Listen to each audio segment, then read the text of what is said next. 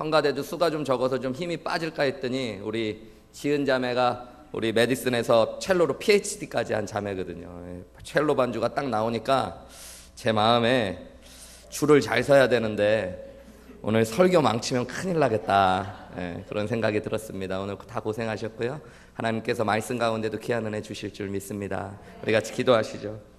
사랑하는 아버지 하나님, 참 감사합니다. 예수 그리스도의 피로 구원받은 하나님의 백성들이 하나님 앞에 서서 예배할 수 있는 것, 이것이 얼마나 큰 은혜인지 모릅니다. 주님, 하나님을 바라봅니다. 우리가 받은 은혜를 기억합니다. 주님 앞에 섭니다. 주님의 음성과 주님의 손길을 기대합니다. 말씀하여 주시옵소서. 이 모든 말씀 예수님의 이름으로 기도하옵나이다. 아멘. 위대한 설교자였던 침례교 목회자이기도 했던 스펄전 목사님이 그의 임종이 다가왔을 때 사람들이 질문했습니다. 마지막으로 어떤 말씀이나 설교를 전해주시겠습니까? 이렇게 질문했어요. 한 세대에 한번 태어날까 말까 했던 위대한 설교자의 마지막 설교는 무엇일까? 마지막으로는 어떤 말씀을 남기실까? 아니면 어떤 성경 구절을 이야기하실까? 사람들의 관심이 모아졌습니다. 그때 스펄전 목사님은 한마디를 하셨어요. Jesus died for me. 예수님이 나를 위해 죽으셨습니다. 여러분, 이것이 성경의 가장 중요한 메시지입니다. 우리가 믿음 생활한다고 하지만 믿음에서 가장 중요한 한마디의 고백이 남아야 된다면 그것이 이것입니다. 예수님이 날 위해 죽으셨습니다. 여러분, 그걸 진심으로 고백할 수 있는 사람은 구원받은 사람인 것입니다. 예수 그리스도의 십자가, 그분이 나를 위해 죽으셨다는 것, 교회를 아무리 열심히 다니고 성경을 아무리 많이 읽고 연구한다고 하여도 예수님의 십자가 사건을 진정으로 이해하고 받아들이지 않았다면 그건 아무 소용이 없습니다. 때로는 성경을 조금 잘 모른다고 할지라도, 신앙생활 가운데 교회에서 헌신함이 조금 부족했다고 하더라도 분명하게 내 안에 예수님이 날 위해 죽으셨다라는 고백이 우리 안에 있다면 그 사람은 구원받은 사람인 것입니다. 여러분, 이것이 가장 중요한 것이에요. 이 메시지가 인류에게도 가장 중요한 메시지이기 때문에 하나님께서는 성경 가운데 창세기부터 요한계시록까지 이 말씀을 곳곳에 계속 반복적으로 말씀해 주고 계시는 것입니다. 성경의 말씀을 한마디로 줄인다면 그건 역시 Jesus died for me. 예수님이 나를 위해 죽으셨다라는 말입니다. 여러분, 창세기에 보면 아담과 하와가 범죄했을 때 하나님께서 아담과 하와에게 무엇을 지어 입히세요? 가죽옷을 지어 입히십니다. 많은 성경학자들은 그것이 예수님이 우리를 위해 죽으셔서 그분의 죽음으로 우리의 죄악을 가리우실 복음의 최초의 상징이었다라고 이야기하고 있어요. 여러분, 노아의 방주의 사건에서 하나님께서 인류의 죄로 말미암아 모든 인류를 심판하실 때 노아의 방주를 통해 그들을 구원하셨습니다. 이 방주가 마지막 날 우리를 구원하실 예수님의 예표고 그림자였다라고 이야기하는 것입니다. 우리가 읽은 출애굽의 어린 양 사건들, 그리고 나중에 보면 성소가 지어지고 지성소 안에 들어가 대속죄일마다 우리의 죄를 어린 양의 피로 가리우며 하나님 앞으로 나아갔던 대제사장의 제사가 예수 그리스도의 피를 보여주고 예수님의 구속의 사건을 보여줍니다. 선지자들이 겪었던 여러 사건들, 요나의 이야기들, 예레미야의 죄 가운데 아파하며 슬퍼했던 이야기들, 그 이외에 다윗과 모든 믿음의 사람들의 이야기, 그리고 선지자의 메시지 속에 예수의 십자가가 증거되어져 있습니다. 그리고 그렇게 증거되었던 예수의 십자가가 신약 성경에 보면 2000년 전 베들레헴 땅에 어린아이로 이 땅에 오신 예수 그리스도께서 우리를 위하여 하나님 나라의 복음을 가르치시고 십자가에 못 박혀 죽으심으로 우리의 죄를 구속하셨다는 것이 성경의 메시지입니다. 여러분, 이것을 믿는 것이 믿음의 핵심이며 우리 구원의 증거입니다.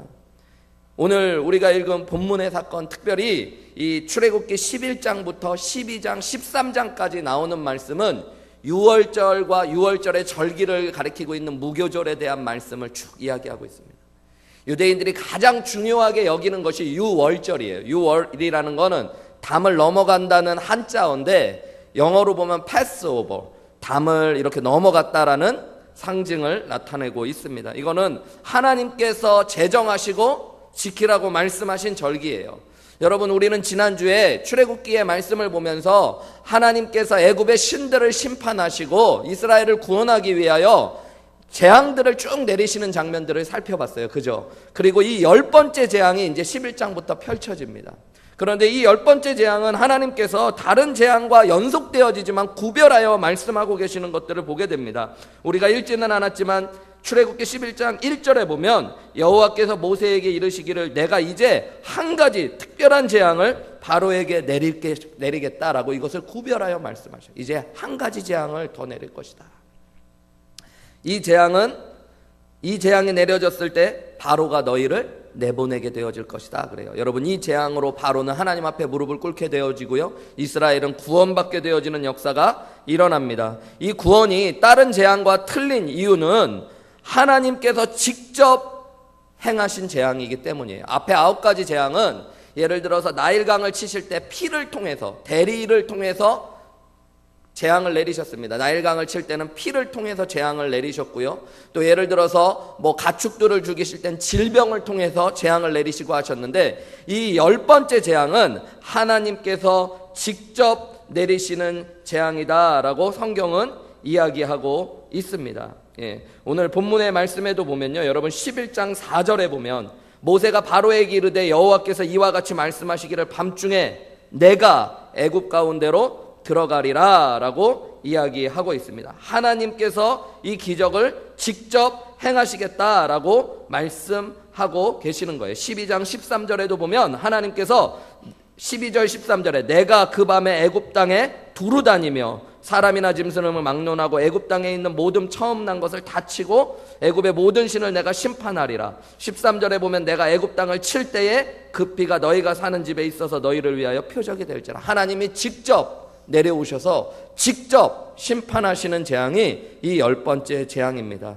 이 재앙에서 보면 모든 애굽의 첫째 난 생명을 다 취하시겠다고 말씀하셔요. 여러분, 첫째는 모든 것을 대표하는 상징성이 있었어요. 그러니까 하나님이 애굽의 모든 것들의 생명을 죽이시는 것과 마찬가지인 심판이 10번째 심판입니다. 그 상징으로 모든 첫째 난 것들을 다 죽이시는 거예요.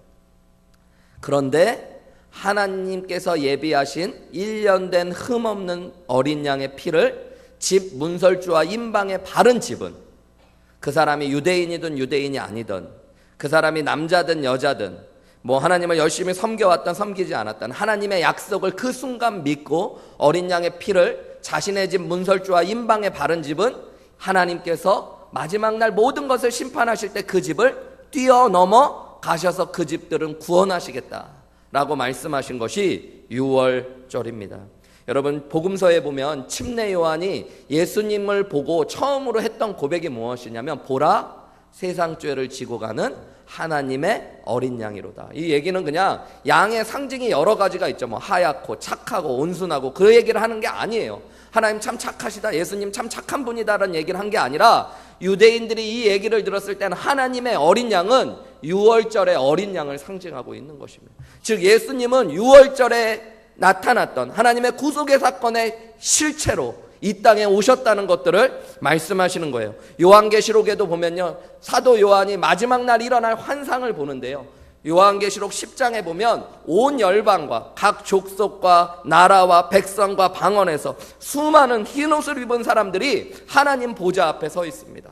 예수 그리스도의 피로 구원받은 사람들, 하나님의 백성이 된 사람들이 하나님 앞에 서 있는데요, 그들이 뭐라고 한마디로 외치냐면 요한계시록 10장 10절에 구원하심이 보좌에 앉으신 우리 하나님과 어린 양께 있도다.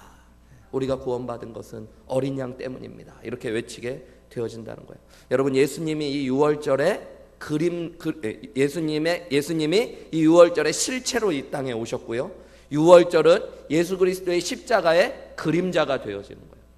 그래서 오늘 우리가 본문의 말씀을 통해서 물론 유월절, 유대인들이 애굽의 노예에서 자유인으로 하나님의 백성으로 구원받은 특별한 사건인 유월절의 사건을 우리가 바라보지만, 이것을 통해 우리가 받은 예수 그리스도를 통해 하나님께서 우리에게 주신 구원의 이야기들이 이해되어지고 믿어지시는 귀한 은혜가 있으시기를 주님의 이름으로 축복합니다. 이 재앙은 앞에도 얘기했듯이 하나님께서 이스라엘을 향한 죄에 대한 심판으로 내리신 마지막 심판입니다. 여러분, 앞에도 이야기했듯이 어떤 재앙들은 하나님께서 다른 매개체를 통해서 명령하시고 말씀하셔서 이루어졌던 심판과 재앙이에요. 그런데 이 마지막 재앙은 하나님께서 직접 심판하시며, 출애굽기 1장과 2장에 보면 바로가 하나님의 백성들의 아이들을 다 죽이는 죄악을 범했잖아요. 그래서 모세를 죽이려고 했고, 그 죄에 대한 심판으로 죄의 값을 그대로 치르며 자신의 아들이 죽고 애굽에 있었던 모든 첫째 난 것들이 죽어지는 죄에 대한 심판이 임하는 것입니다. 여러분, 성경을 보면 하나님께서 왜 죄인들을 심판하시지 않을까, 이런 의문을 갖고 있었던 사람들이 많이 있습니다. 우리도 이 땅을 살다 보면 그런 생각할 때 있죠. 죄인들이 있는데 왜 하나님이 처벌하시지 않을까, 저런 사람들은 죽어야 되는데 왜 더 복 받는 것 같을까, 이런 생각할 수 있습니다. 그런데 여러분, 이 땅 안에 하나님의 심판이 곳곳에 임하여져 있다는 것들을 여러분 깨달으셔야 돼요. 성경에도 보면 하나님께서 이스라엘을 심판하고 돌이키게 하기 위해서 블레셋을 이용하기도 하시고요, 아스르와 바벨론 같은 나라를 통해 그들을 심판하기도 하십니다. 여러분, 이 땅 안에도 하나님의 심판이 우리가 이해할 수 없지만, 보이지 않지만 임하여지고 있는 것들을 볼 수 있어요. 그런데 성경은 여러분, 마지막 날 마지막 심판이 있다는 것들을 분명히 또한 이야기하고 있습니다. 그 심판은 하나님이 직접 심판하시는 심판입니다. 어떤 것을 통해서가 아니라 여러분, 직접 하나님께서 우리 앞에 서셔서 우리의 죄값대로 우리를 심판하시는 마지막 날이 있다는 것들을 성경이 분명히 이야기하고 있다는 것들을 여러분 기억하셔야 됩니다. 마지막 날 우리는 하나님 앞에 서게 되어질 거예요. 여러분, 이 유월절의 핵심은 어린 양의 피가 그들을 구원한다라는 것입니다. 어린 양의 피를 보면 하나님께서 마지막 날 이 인류를 모두 다 심판하시는, 애굽에 있었던 모든 가정을 심판하시는 그날 어린 양의 피를 보면 그것을 어떻게 하시겠다는 거예요? 넘어가시고 그것을 구원하시겠다는 것입니다. 여러분, 핵심은 그래서 어린 양의 피예요. 아무 것이나 잡을 수 있는 것이 아니에요. 12장 5절 말씀에 보면 너희의 어린 양은 흠없고 1년 된 수컷으로 하되 양이나 염소 중에서 취하라 라고 이야기합니다. 양이어야 되는데 어린 양이어야 되고 1년 된 것이고 수컷이어야 되고, 가장 중요한 건 흠이 없어야 되는 것입니다. 베드로전서 1장 19절에 보면 우리가 구원받은 것, 구속받은 것은 오직 흠없고 점없는 어린 양 예수 그리스도의 보배로운 피로 된 것이다 라고 이야기해요. 여러분, 흠없고 점이 없다, 흠이 없다는 건 후천적인 상처가 없다는 걸 이야기해요. 점이 없다는 건 선천적인 죄가 없다는 것들을 이야기해요. 여러분, 인간의 문제가 무엇입니까? 우리는 날 때부터 죄인으로 태어나는 거예요. 그게 원죄라는 것입니다. 인간이 죄인인 걸 여러분 아십니까? 여러분, 인간 죄인입니다. 아직도 모르고 계시면 여러분을 잘 모르고 사시는 겁니다. 여러분, 가만히 나를 들여다보면 내가 죄인이라는 걸 알게 되어져요. 여러분, 선한 거는 배우고 알지만 하기가 쉬워요, 어려워요? 어려워요. 여러분, 막 거짓말하지 마라, 뭐 부모님한테 순종해라, 친구들과 나누며 살아라, 이런 얘기 하지만 그런 거 어렵습니다. 어린아이들을 가르쳐 보세요. 여러분, 친구들과 사이좋게 나눠 먹는 거 어렵습니다. 여러분, 뺏어 먹어 가르치는 부모는 별로 없죠. 근데 여러분, 뺏어 먹는 거는 자동입니다. 거짓말하라고 가르치는 부모가 좀 계십니까? 뭐 그런 부모가 혹시 있을지 모르겠지만 대부분의 부모는 안 가르치죠. 근데 아이들이 거짓말을 잘할까요, 못할까요? 잘합니다. 안 가르쳐줘도 본성적으로 잘합니다. 내 눈앞에서 동생을 때리고 안 때렸다고 이야기합니다. 여러분, 그런 것이 인간이에요.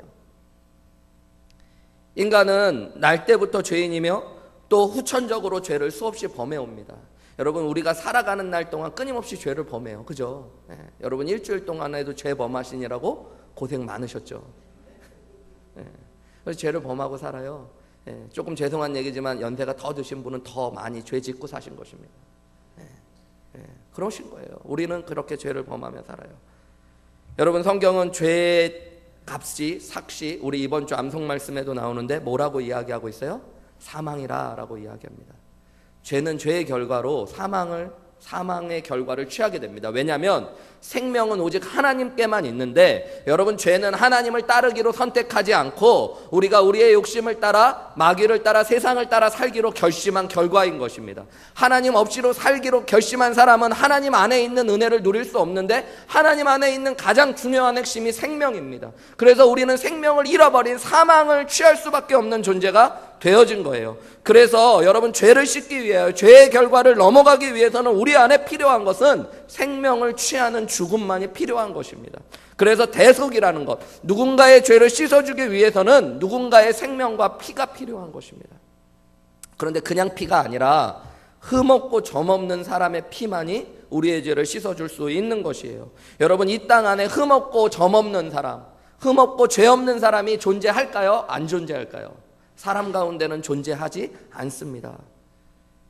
오직 하나님만이 죄가 없고 흠이 없으신 완전한 거룩하신 분이세요. 그런데 여러분, 하나님은 죽으실 수 없는 분이십니다. 하나님은 영원하시고 전능하신 분이세요. 그래서 하나밖에 없는 하나님의 아들 예수 그리스도, 하나님이신 그분이 인간의 몸을 입고 이 땅에 오신 것입니다. 무엇 때문에요? 죄 없으신 그분이 우리를 위하여 대신 죽으시기 위하여. 그것이 성경의 비밀인 것입니다. 그래서 이브리서 4장 15절에는 우리에게 있는 대제사장 예수는 우리와 한결같이 시험은 받으셨으되 뭐가 없다고 선언하고 있는 거예요? 죄가 없으신 분이라고 선언합니다. 여러분, 예수님이 우리를 위해 죽으시는 죽으심만이 우리의 죄를 대속할 수 있는 죽음이에요. 그런데 문제는 그냥 예수님이 죽으셨다고 다 구원받는 것이 아닙니다. 여러분, 어린 양이 죽었다고 해서 이 6월절에 모든 이스라엘의 가정이 구원받았던 것이 아니에요. 하나님의 약속을 믿고 자기 스스로 어린 양을 잡고 그리고 자기의 집에 어린 양의 피를 바른 집만이 구원받았던 것입니다. 하나님의 약속을 믿고 믿음으로 예수 그리스도를 나의 구원자여 주님으로 믿는 자만이 구원받는 것입니다.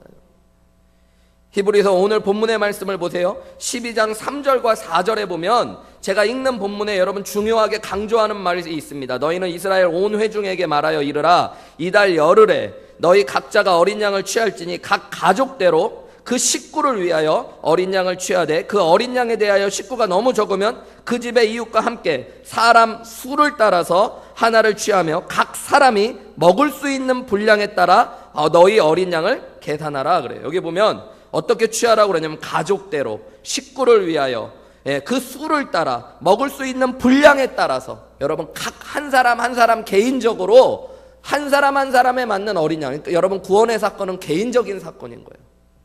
그냥 나는 뭐 어린 양의 피를 바르고 고기 안 먹어도 뭐 아버지가 해놨으니까 괜찮아 이런 게 아니에요. 여러분, 우리 교회는 목사님이 바르게 말씀 가르치는 교회고 우리 교회는 바른 교회니까 나는 교회만 다니면 구원받아 그런 거 아니라는 거예요. 구원은 개인적으로 내가 예수님을 구원자의 주님으로 내 삶에 받아들였을 때 나에게 일어나는 사건이에요. 예전에 어렸을 때 들었던 예화 중에 한국의 구두쇠 영감님이 이제 건강검진 받는 게 너무 아까워갖고 돈이 그것도 아까우니까 너무 구두쇠 영감님이 소변 검사를 하는데 식구들 8명 소변 다 모아가지고 하나로 섞어가지고 검사받고 아무 문제 없다 그러니까 얘들아 걱정하지 말아라 아무 문제 없단다 뭐 이런 이야기 했다는 이야기를 들은 적이 있는데 여러분 구원은 그렇게 받는 거 아닙니다. 구원은 목사님이 받았다고 여러분이 받는 거 아니에요. 제가 한국에 있을 때 노방전도를 다녀보면요 어떤 분들 그런 이야기예요. 저 교회 다녀요. 전도지를 드리려고 그러면 그러니까 물론 무슨 얘기 하는지는 알거든요. 그런데 그럼 제가 또 물어봐요. 그럼 예수님 믿으십니까? 그럼 되게 기분 나빠요. 우리 아버지 장로예요 막 이렇게 얘기해요. 그럼 제가 또 물어봐요. 예수님 믿으십니까? 그럼 막 화내면서 가시는 분들이 있어요. 여러분 그냥 중요한 건 내가 교회 다녀요 내 아버지가 장로님이에요가 아니에요. 중요한 건 제가 예수님을 믿습니다. 이게 중요한 거예요. 내가 예수님을 나의 구원자요 주님으로 믿습니다.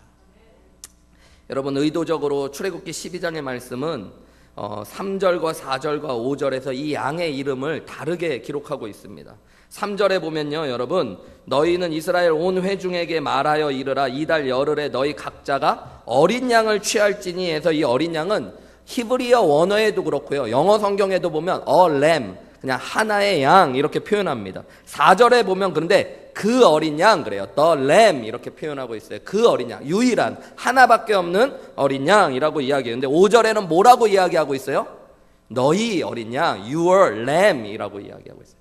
여러분 한 명의 구원자이신 줄 알았던 예수 그리스도가 유일한 구원자이심을 깨닫는 것 그런데 거기서 그치는 것은 중요한 것이 아니에요. 그분을 나의 구원자로 받아들이는 것 그것이 구원받는 사건인 것입니다.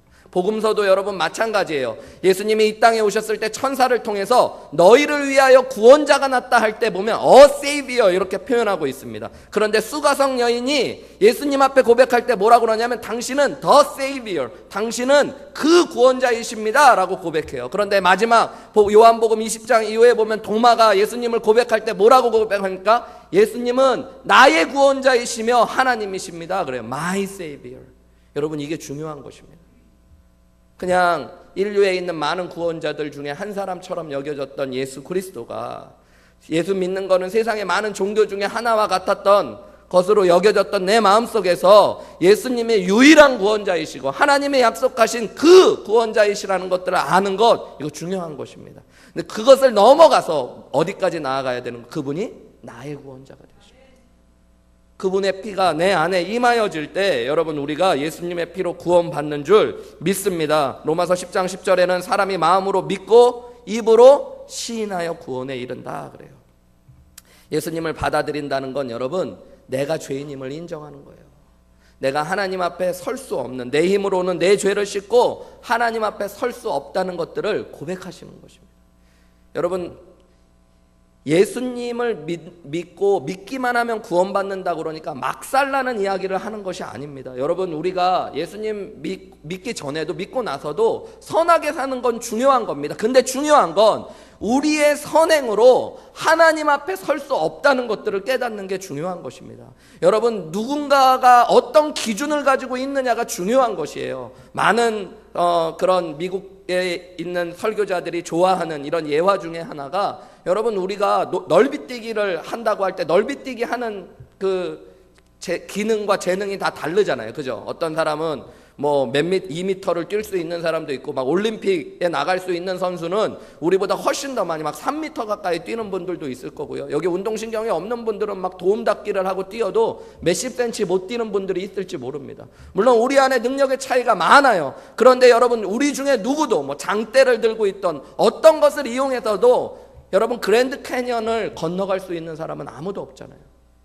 마찬가지입니다. 여러분, 우리끼리는 우리가 이렇게 이야기하면서 누가 더 착한 애 못된 애 이야기할 수 있어요. 저놈은 진짜 지옥 갈 만한 놈이야 이렇게 이야기할 수도 있고요. 저 사람은 참 진짜 천국 갈 만한 사람이야 얘기할지 모르겠지만 그건 우리의 기준일 때가 많은 거예요. 여러분, 우리를 마지막 날 심판하실 분이 누구셔요? 하나님이신데 그분은 완전하고 거룩한 분입니다. 하나님 앞에서 우리의 힘으로 우리의 노력으로 여러분 설 수 있는 사람은 아무도 없다는 것이에요.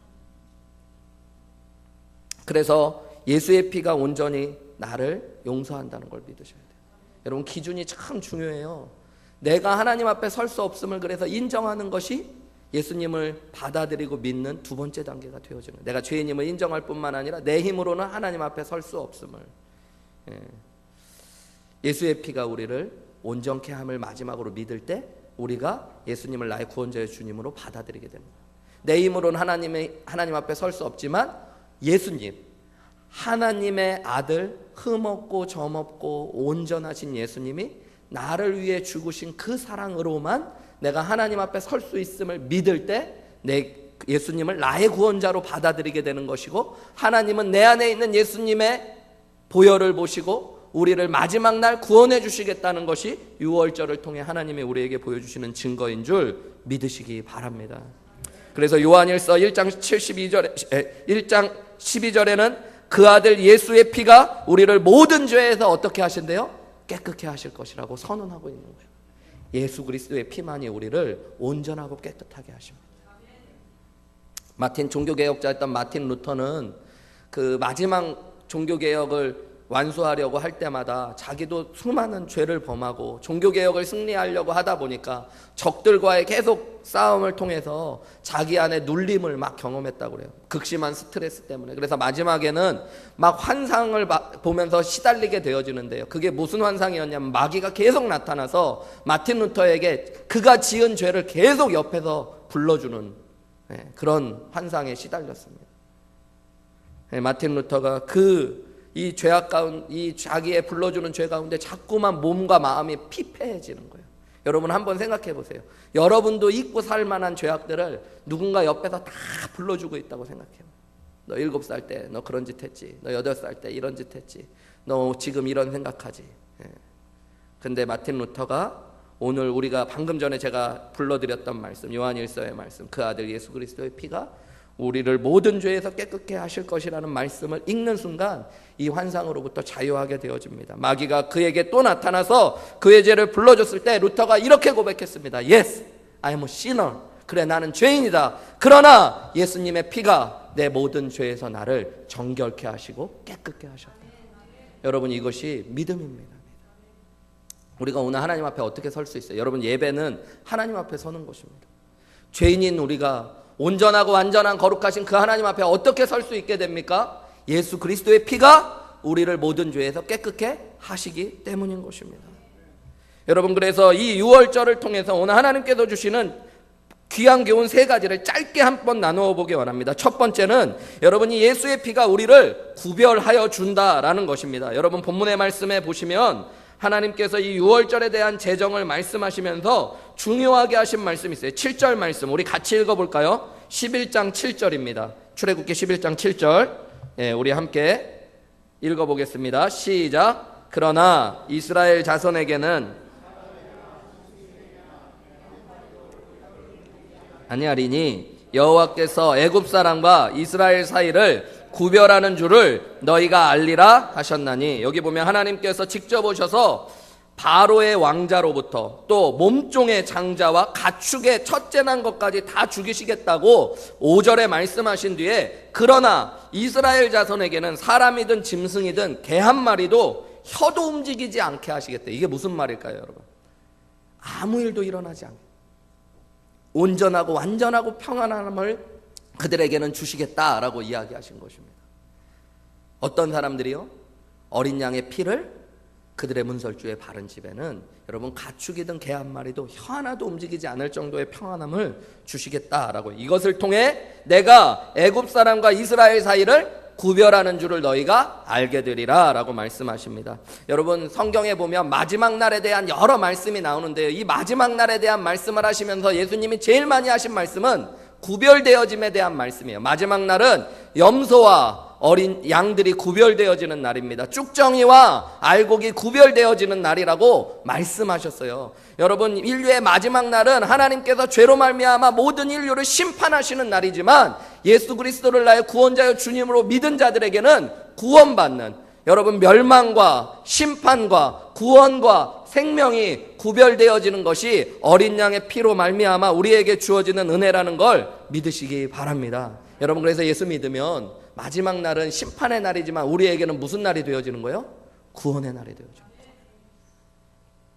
두 번째로는 여러분, 이 예수 그리스도의 피는 우리를 새롭게 출발하게 하는 귀한 은혜가 있는 날이에요. 오늘 본문 말씀 12장 말씀에 보면 예수님께서는 이 유월절에 대해서 말씀하시면서 뭐라고 그러냐면 이 달을 2절에 너희에게 달의 시작 곧 해의 첫 달이 되게 하라 라고 이야기합니다.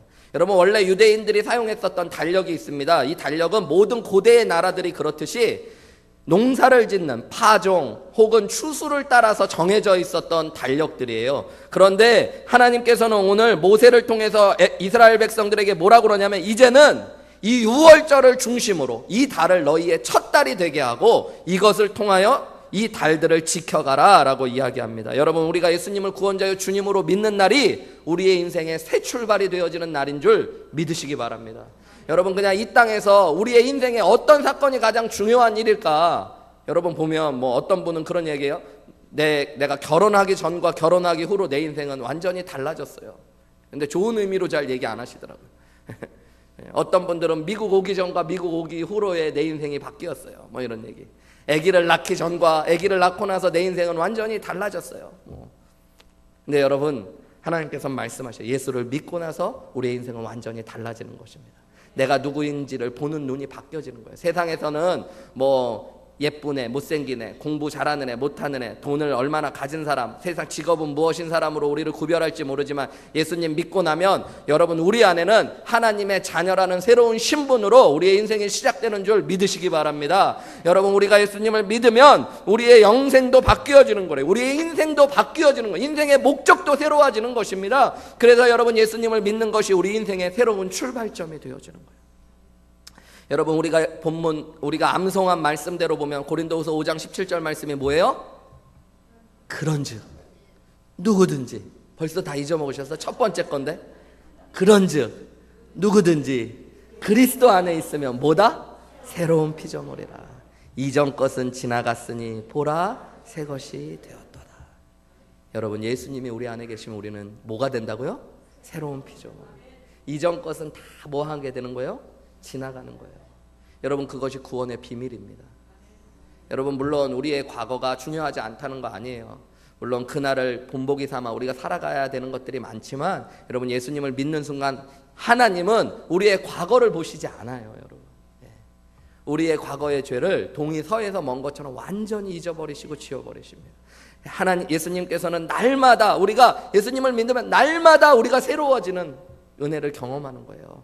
여러분, 그 은혜가 예수 그리스도의 피로 말미암아 우리에게 주어진 줄 믿으시기 바랍니다. 마지막으로 이 유월절을 통해서 우리가 깨달아야 되는 것들이 있다면, 여러분, 이 유월절 예수 그리스도의 피는, 이스라엘 사람들은 이 유월절 어린 양의 피를 영원히 기억하고 대대로 전해야 되는 사명을 부여받았고요, 예수님을 믿는 우리는 예수님을 영원히 기억하고 대대로 전해야 되는 사명을 부여받았다는 것들을 기억하셔야 됩니다. 우리 12장 14절 말씀을 마지막으로 한번 읽어보겠습니다. 시작. 이날을 기념하여 여호와의 절기를 삼아 영원한 규례로 대대로 지킬지니라. 하나님께서는 이 유월절을 말씀하시면서 뭐라고 말씀하시냐면, 너희가 이 날을 기념해야 된다. 계속 본문의 말씀에 보면 영원한 규례로 대대로 지킬지라가 그 뒤에 나오지만, 원래 보면 이 날을 영원히 기억하고요, 이 날을 영원히 대대로 지키라 라고 이야기하고 있어요. 이 기념하라는 건 기억하라는 얘기예요. 그래서 유월절은 유대인들은 지금도 가장 중요한 절기로 지킵니다. 그것을 통해서 계속 우리 민족이 애굽에서 노예였는데 하나님의 은혜로 어린 양의 피로 구원받았지, 이거를 계속 영원히 이스라엘 백성들이 이 땅에 존재하는 한 계속 기억해야 된다는 것이에요. 그것뿐만 아니라 그것을 대대로 지키라는, 이 대대로라는 말이 from generation to generation, 다음 세대와 다음 세대, 너희가 만나는 모든 사람과 세대들에게 전해야 될 것이다 라고 말씀하고 계십니다. 이스라엘 백성들은 유월절을 지킬 때마다 사람들이 너 이것을 왜 지키느냐, 왜 어린 양을 먹고 무교병과 쓴나물을 먹느냐라고 이야기하면, 이것이 우리의 하나님께서 주신 우리의 출애굽의 축복이라고, 그 어린 양의 피를 기억하고 증거해야 된다라고 말씀하신 거예요. 여러분, 우리가 예수님을 믿었을 때 우리가 꼭 해야 될 것이 있습니다. 예수님의 은혜, 그 십자가의 사랑을 날마다 기억해야 돼요. 여러분, 그것을 잊어버리면 문제가 생깁니다. 기도를 안 하면, 말씀을 안 하면 문제가 생기지만, 여러분, 좀 더 깊이 들어가면 기도해도, 말씀을 열심히 본다고 해도 예수님의 사랑을 잊어버리고 나면 문제가 생깁니다. 교회 봉사를 열심히 해도요, 예수님의 십자가의 은혜를 잃어버리고 하면 티격티격 소리가 나는 거예요. 삐걱삐걱 소리가 나는 거예요. 내 의가 드러나고 다른 사람이 판단되어지고 평가되어져요. 여러분, 우리가 날마다 기억해야 될 게 예수 그리스도의 십자가의 은혜임을 기억하시기 바랍니다. 그래서 우린 예배하는 거예요. 그리고 여러분, 우리가 전해야 될 사명이 바로 예수 그리스도의 십자가입니다. 우리가 교회로 모여있는 거는 예수님 증거하기 위해 모여있는 거예요.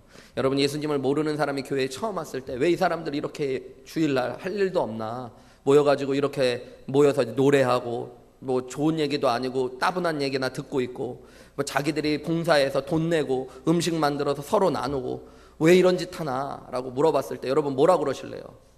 이민 생활이 힘들어서 그럽니다. 한국 사람 보러 오는 겁니다. 한국 음식 먹고. 이게 아니잖아요. 여러분, 뭐예요? 예수님의 피로 내가 구원받았습니다.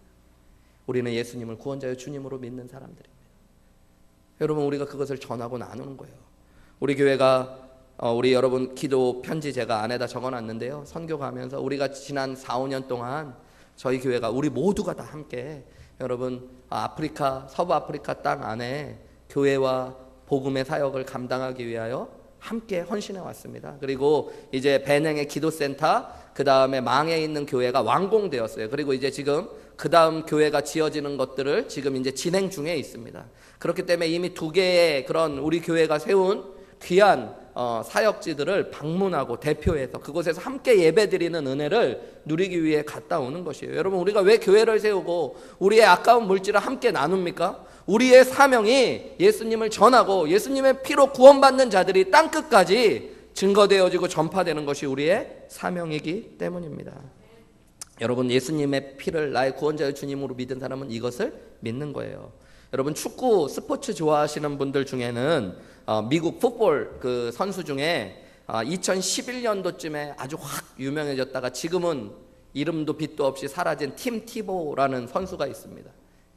이 팀 티보라는 선수가 지금은 뭐 야구한다고 막 또 돌아다니고 있긴 한데요. 사실은 2011년도에 이 선수가 아주 유명해졌었습니다. 잠깐이죠. 아주 반짝이죠. 제가 이 선수를 주목해봤던 이유는 제가 2010년도에 미국에 왔는데 2011년도에 이 선수가 정말로 핫하게 유명해졌었어요. 그래서 관심을 가지고 봤고요. 또 더 관심 있게 본 이유는 이 선수가 침례교 필리핀에 나가 있던 미국 선교사님의 자녀입니다. MK예요. 그러니까 선교사님의 자녀로 선교지에서 자란 사람이에요. 플로리다 대학을 나왔는데 이 쿼터백 하는, 풋볼에서도 쿼터백이 제일 중요한 선수거든요. 공을 던져주고 분배하는 이 쿼터백으로 하면서 대학교 때도 아주 이름을 날려서 대학생들에게 주는 최고의 명예인 하이즈맨 트로피라는 것들을 받을 정도로 나름 유명한 선수였습니다. 그런데 이제 프로로 가는 건 쉽지가 않잖아요. 대학 때 잘한다고 다 프로로 잘 가서 잘하는 게 아니잖아요. 프로로 가는 것도 어려웠고 프로로 가서도 자리를 잘 못 잡습니다. 2011년도가 되었을 때 이 선수가 덴버 브랑코스라고 하는 팀에 소속되어 있었는데 백업 쿼터백이었어요.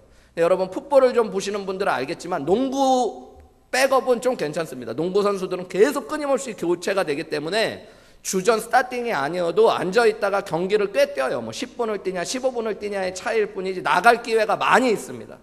그런데 여러분, 쿼터백은, 백업 쿼터백은 뛸 일이 거의 없습니다. 어떨 때 뛰게 되냐, 주전 쿼터백이 도저히 설 수 없을 만큼 다쳐야지 뛰게 되는 겁니다. 그러니까 쿼터백을 중간에 힘들다고 막 바꾸는 팀은 없어요. 대부분 쿼터백은 끝까지 주로 한 선수가 하는 거예요. 그러니까 이 팀 티보가 경기에 나갈 기회가 거의 없는데 2011년도에 이 덴버 팀이 초반에 말도 안 되게 연패를 당합니다.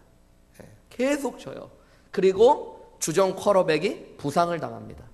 못 뛰게 되어져 버려요. 그러니까 어떻게 보면 그런 시기에 이 팀 티보라는 선수가 기회를 얻게 되는 거죠. 기회를 얻게 된 거죠.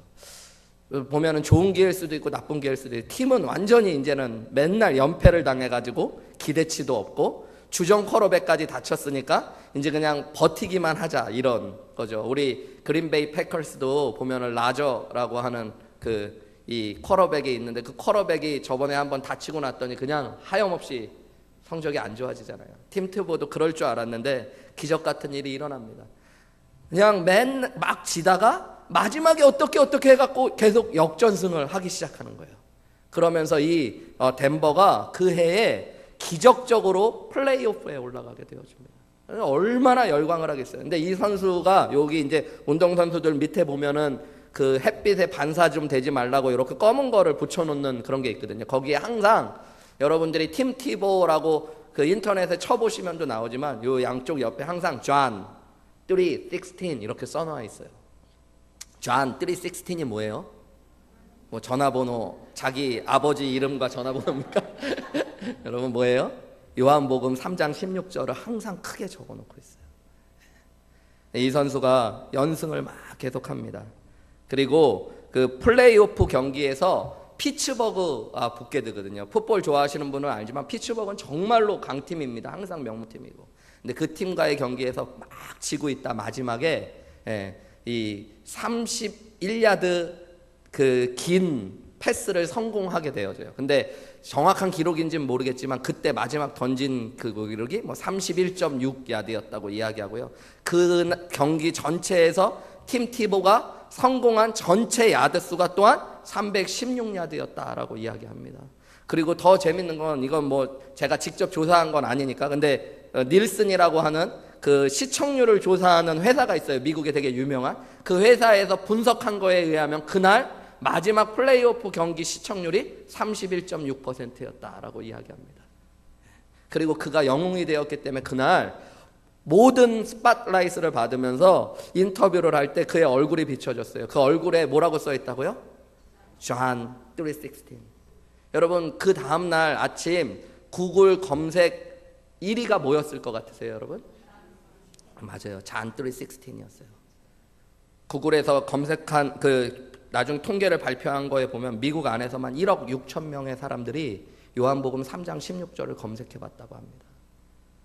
여러분, 그 한 사람 때문에 요한복음 3장 16절을 1억 6천만의 사람들이 관심 갖고 보게 된 거예요. 하나님이 세상을 이처럼 사랑하사 독생자를 주셨으니 이는 저를 믿는 자마다 멸망치 않고 영생을 얻으리로다. 그런데 그것까지는 좋아요. 그럼 이제 이런 일이 생겨야죠. 그럼 그 다음에는 더 잘해. 그죠? 더 잘해. 그래서 막 이 사람이 막 영웅이 되고 잘 되고 축복받는 이야기면 좋을 것 같은데, 여러분, 그 다음에 이 선수는 방출을 당하게 됩니다. 뉴욕으로 방출을 당하고요. 그러고 나서는 이름도 빛도 없이 사라져버리게 되어집니다. 저는 그런 생각했어요. 하나님이 이 정도 믿음도 좋고 맨날 하나님 얘기하고 아예 얼굴에다 3장 16절 정도 쓰고 다니는 사람은 하나님이 안 돼도 되게 하셔야 되고, 제가 이야기한 대로 막 안 되던 팀을 이렇게 플레이오프에 올려놨으면 그 다음부터는 더 유명한 선수가 돼야 될 텐데 이름도 없고 빛도 없이 방출되어 갈까. 근데 이 선수가 더 아이러니하게 2012년도 뉴욕으로 방출될 때 2만 명의 이 선수를 좋아하는 젊은이들이 그 앞에서 이 선수를 환호했어요. 그때 이 선수가 부활절날 팀을 옮기게 됩니다. 그것도 부활절날. 그가 마지막으로 남겼던 말이 있습니다. 제가 읽어드릴게요.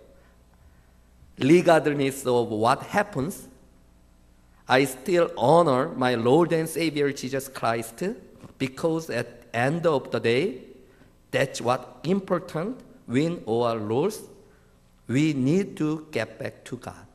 무슨 말일까요? 다시 한번 천천히 한번 읽어드릴게요.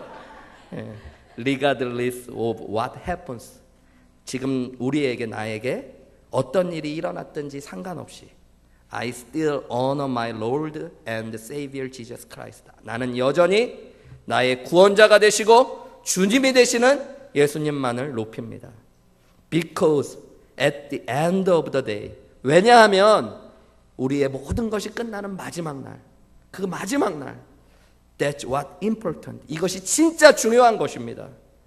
Win or lose, 이기든 지든 we need to get back to God. 우리는 모두 다 하나님 앞에 돌아갈 것이기 때문입니다. 그런 생각을 해봤어요. 여러분, 이 땅에서 뭐 유명한 선수가 되는 거 중요하죠. 막 챔피언이 되고 그 뒤로도 명예의 전당에 오를 정도로 유명한 사람이 되는 것도 중요하겠죠. 근데 여러분, 인생의 마지막 날 하나님이 모든 사람을 심판하실 때 중요한 것은 그것이 아닙니다. 여러분, 내가 예수님을 정말로 구원자여 주님으로 믿었는가, 그리고 내가 그 예수님을 전하고 자랑하며 살았느냐가 우리의 인생의 성공이고 실패가 되어질 것입니다.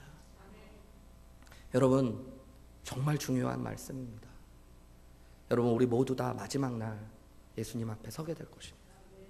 그때는요, 내가 어떤 직업을 가졌느냐, 내가 어떤 삶을 살았느냐, 내가 얼마나 교회를 열심히 다녔느냐, 말씀을 얼마나 열심히 공부했고 읽었고 기도를 얼마나 많이 했느냐가 중요한 것이 아닙니다. 내 안에 예수 그리스도를 내가 나의 구원자여 주님으로 믿고 문설주와 임방에 예수 그리스도의 얼음 피를 바르듯이 내 안에 예수님의 보혈의 증거가 있느냐가 우리의 구원의 소식, 우리를 구별하는 증거가 되어질 것입니다. 여러분, 이 땅에서 하나님이 보시는 우리의 인생의 출발은, 여러분, 우리가 어떤 대학을 나오고 어떤 결혼을 했고 어떤 아이들을 낳고 어떤 삶을 살았느냐가 아니라 예수님의 피로 말미암아 새로운 하나님 앞에서의 삶을 시작했느냐 아니냐가 우리의 인생의 가장 중요한 증거와 전환점이 되어질 것입니다. 여러분, 우리가 하나님 앞에 섰을 때 하나님이 우리에게 보시는 것, 질문하시고 우리의 인생이 성공이냐 아니냐, 우리의 인생 가운데 무엇을 이루었느냐 아니냐를 보시는 건 우리가 얼마나 많은 돈을 얻었고 얼마나 많은 재산을 누리며 사람들에게 명예와 인기를 얻었느냐가 아니라 예수님이 주신 사명대로 예수님을 자랑하고 증거하고 기억하며 살았느냐가 하나님께서 보시는 우리의 인생의 성공이 되어지고 성취가 되어질 줄 믿으시기 바랍니다. 우리 함께 기도하시기 원합니다.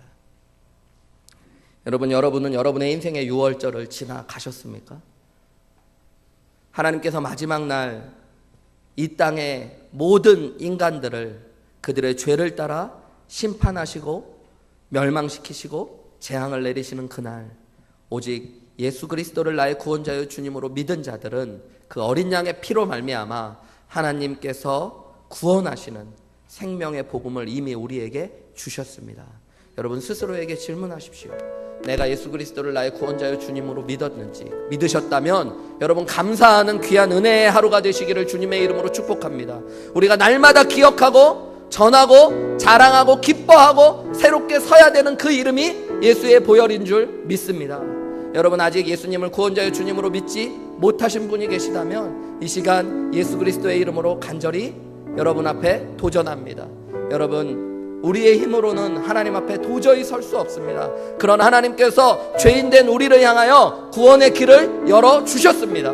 누구든지 예수 그리스도를 나의 구원자여 주님으로 믿으면 하나님께서 그 어린 양 예수 그리스도의 피를 보시고 우리를 죄악 가운데 심판 가운데 멸망 가운데 구원하시겠다고 약속하셨습니다.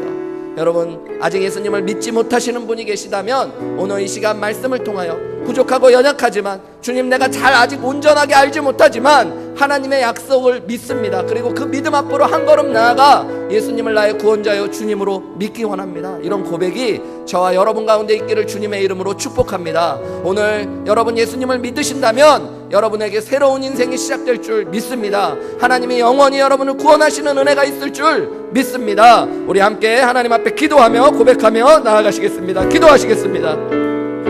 하나님 아버지, 하나님의 은혜로 말미암아 오늘 우리를 구원하시는 하나님의 은혜를 감사합니다. 내 힘으로 아버지 하나님 내 능력으로 하나님 앞에 설 수 없는 죄인이 하나님 앞에 설 수 있는 은혜를 누린 것 예수 그리스도를 믿음으로 말미암아 서 있음을 고백합니다. 하나님 나는 죄인입니다. 그리고 예수님의 피로 내가 구원받을 수 있음을 믿습니다.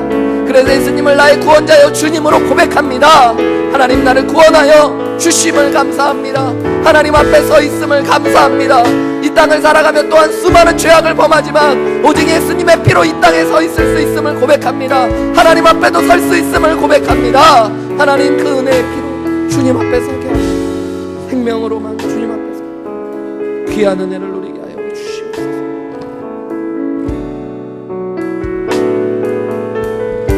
사랑하는 아버지 하나님, 오늘 이 시간 다시 한번 우리가 하나님 앞에 설 수 없는 죄인임을 고백합니다. 오직 예수 그리스도의 피로만 구원받을 수 있음을 고백합니다. 그리고 예수님을 나의 구원자여 주님으로 다시 고백합니다. 주님, 그 예수 그리스도의 피가 우리를 모든 죄에서 깨끗게 하실 것들을 믿습니다. 하나님의 약속대로 마지막 날 예수님의 보혈의 공로를 의지하여 하나님 앞에 구원받고 하나님 앞에 안기어질 것들을 기대합니다. 주님, 이 기쁜 소식을, 이 복음의 소식을 기억하고 전하며 살아가는 하나님의 사람들이 되게 하여 주시옵소서. 이 모든 말씀 예수님의 이름으로 기도하옵나이다. 아멘.